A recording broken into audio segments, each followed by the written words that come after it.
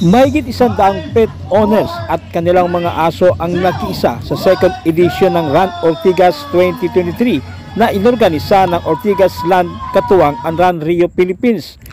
Nasa mahigit 1,500 ang kabuuan ng mga participants. 851 ang sumali sa 10 km run, 559 ang sumali sa 5 km run, at nasa 104 naman ang sumali sa 1 km run kasama kanilang alagang aso na ginanap nitong nakaraang linggo sa Central Avenue, Tiendesitas, Ortigas East, Pasig City.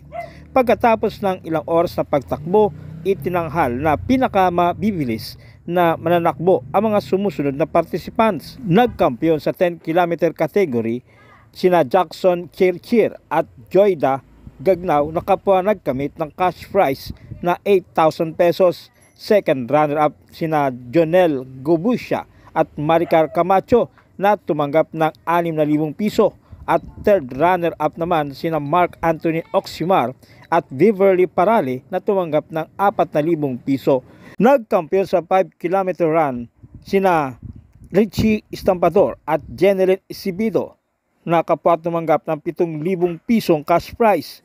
Second runner-up sina Edgar Lee Jr. at Janessa Sustituedo na tumanggap ng tig 5,000 piso, habang third runner-up sina Mark Angelo Biagtan at Maria Mi Ablando na tumanggap ng tig 3,000 piso. Sa 1 km category, ang mga nagkampiyon kasama ang kanilang mga alagang aso ay sina Enrico Lorenzo Borgos at Kim Mangrubang na tumanggap ng tig 5,000 pisong cash prize.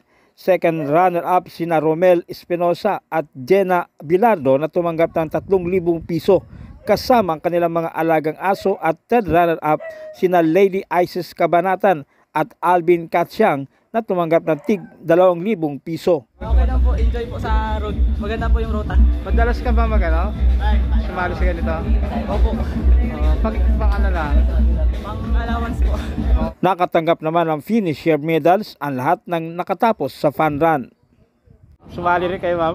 Oo. Kayo pa yung first place. Kumusta naman po? Masaya. Actually, dinadala ako ng aso ko. Siya yung talagang train para tumakbo because he runs every day sa park namin sa Capitol Common. So, medyo sanay siya sa takbuhan.